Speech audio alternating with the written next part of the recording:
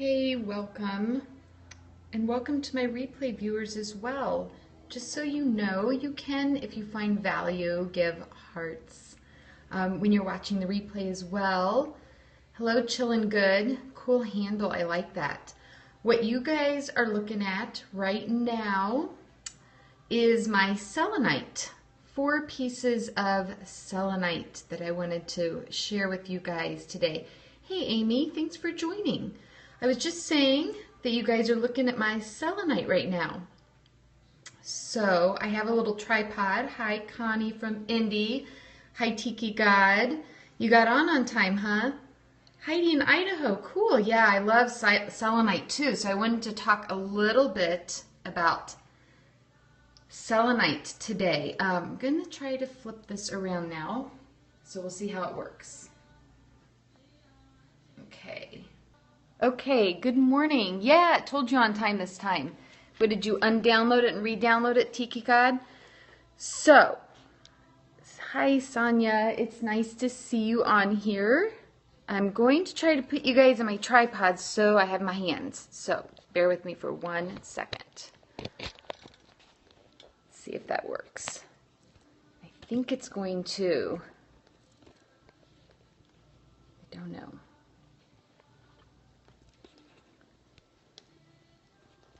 So selenite is actually a feldspar. Actually, the babies say hi. Hi, babies.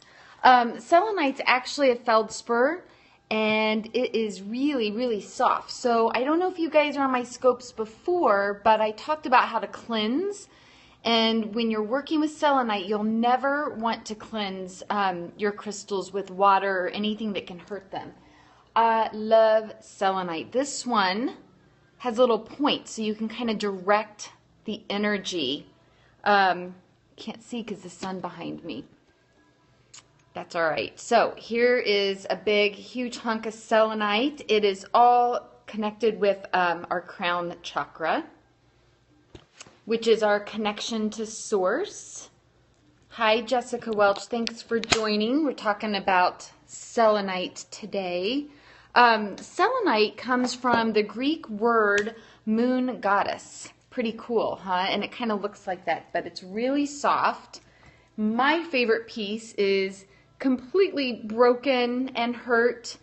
Again, it goes with our high flare for hair salon. So selenite goes with our crown chakra, and I know, I love it so much. I actually sleep with this piece. I'm going to talk to you guys about what selenite means to me, but then I'm going to read you a little bit about it to me. But when I think of the crystals, as I've told you guys before, I love to read the books because it's fun, but I think that we need to go with our intuition. And I think also that I look at them with our chakra system, which all have different colors. If you guys are familiar with our chakras, because I don't want to repeat myself, but maybe just give me a little thumbs up if you're kind of familiar with our chakras, so I don't repeat ourselves. But just quickly to review, they're like an energy storehouse in our body. They're a vortex, and they spin in circles. I give my wand to my 5-year-old when he's having a hard time. Yeah, I've been using it for sleep too, which I never would have thought of, but it's actually very protective. It feels very protective, and it cleanses our aura. And it also says that anything like stuck to our aura, which could be affecting your son's sleep, it gets rid of that. So that's very cool. And this one works out perfect because my thumb fits right in there and I can hold it. So each one of our chakras is represented by a different color. And when we're using different crystals, we're calling in that ray of color. And our crown chakra, which is at the top of our head, what is it? Selenite. We're talking about selenite. The crown chakra, which is located at the very top of our head, is our connection to source and whatever you believe that to be. But this helps to strengthen that connection. So when I work with the client and I lay the crystals out, one for each chakra, I think of them more in terms of colors. Last week, if many of you are watching, I was really grounding and working with hematite and pyrite last week. And this week, if you saw my scope yesterday, was about radical self-love, which that's the energy that it feels like this week. I'm more about rose quartz and clear quartz, and I'm holding the camera. My tripod didn't work out for me, but so this week's all about rose quartz, which is our heart center and our self-love. You know, I love the quote. I love how Brene Brown talks about how we need the courage to self-love, the courage to make mistakes. And the only way we learn something is by doing it. So to learn self-love, we have to do acts of self-love. Brene Brown, she's just awesome. And it helps to give me the courage to get on here, because who cares if I make a mistake? Every time when I get on, I'm like, oh, I should have said that, and I left that out, and now I'm like, who cares? It'll go in the next scope. And one of the things she talks about in her books, and she doesn't really give us a clear answer, is can you love somebody else if you don't love yourself?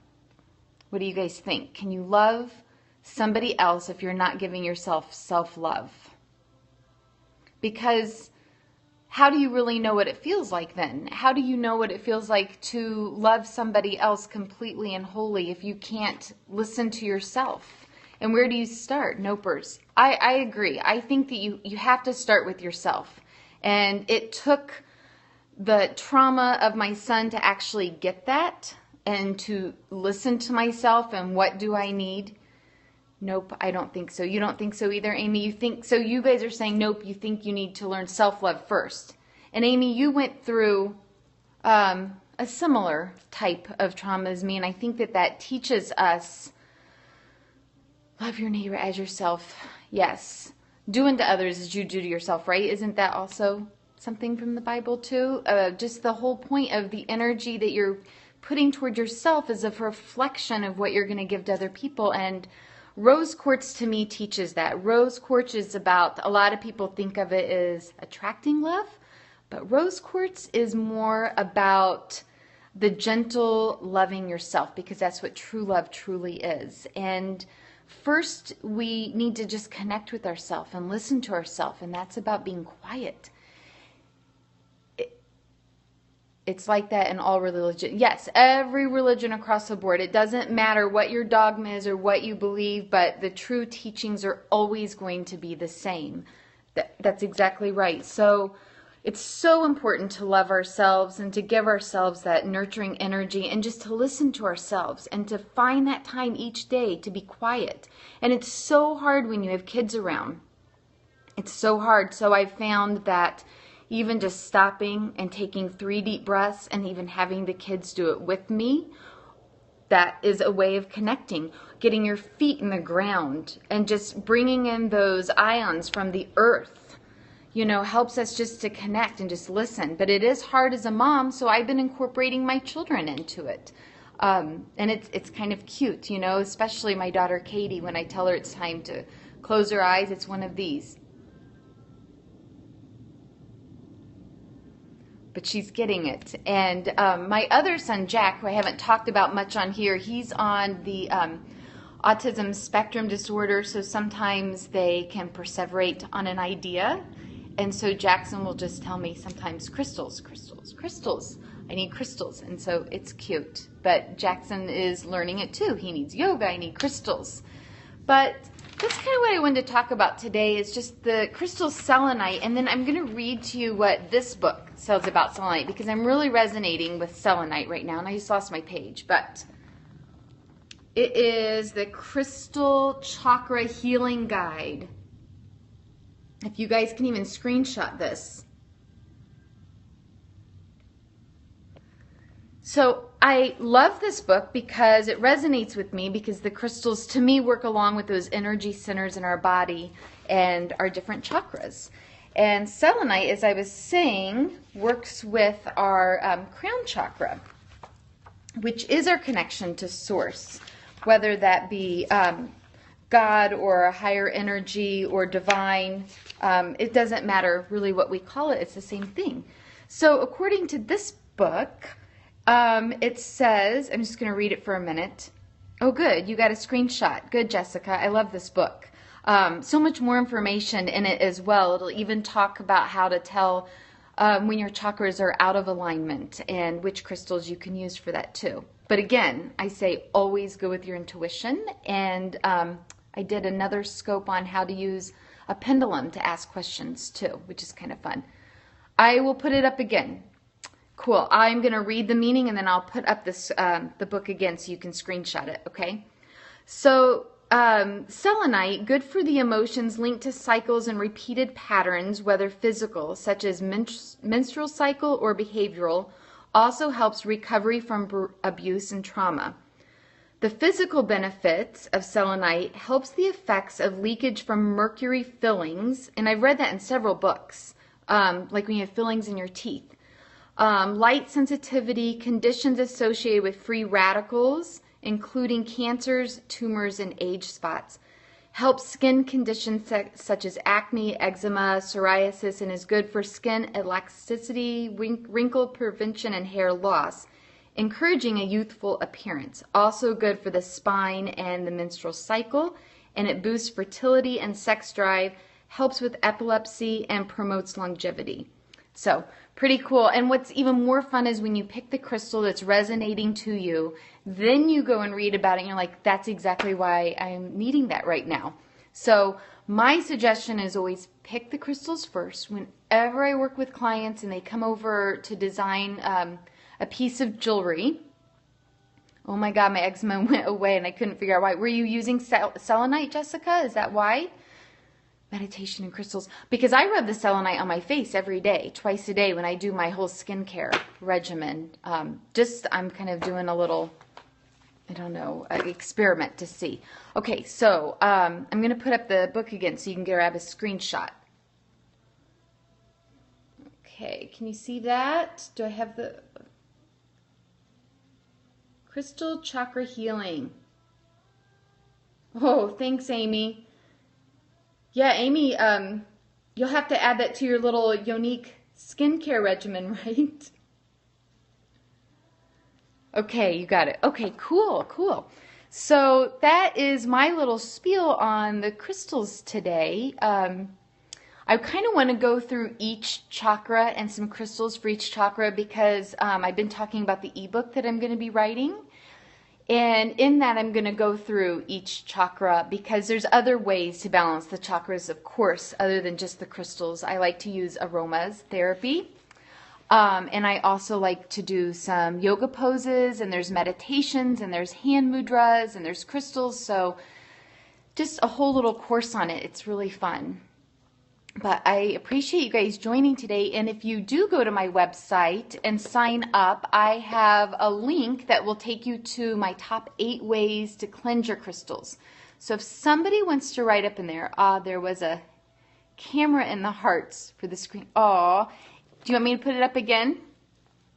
So my website, if somebody wants to just type it in really quick, it's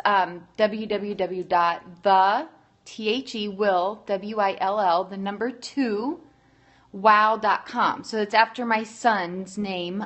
His name is Will, but his initials are William Owen Weigel.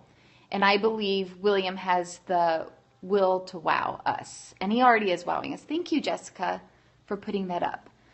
And the book, again, is The Complete Guide to Crystal Chakra Healing by Philip Permute. And he's written other things, too. I really like Philip a lot. Oh, you're welcome, Amy. I'm glad that you were able to stop in today, Amy. Okay, here's the book again. The Complete Guide to Crystal Chakra Healing, which I'm reading backwards, by the way. The website link in my bio didn't work. I'll check it out, but my website is working now, I promise. I've been working with it. See camera, that's so cool. See what camera? I will check it, Jessica, and I appreciate you telling me. But you still, if you just go to like Google and search thewilltowow.com, it should come up. If it doesn't, then let me know, please. And I appreciate you guys coming by. Tomorrow we'll talk about another chakra, okay? All right, guys, have a fantastic day.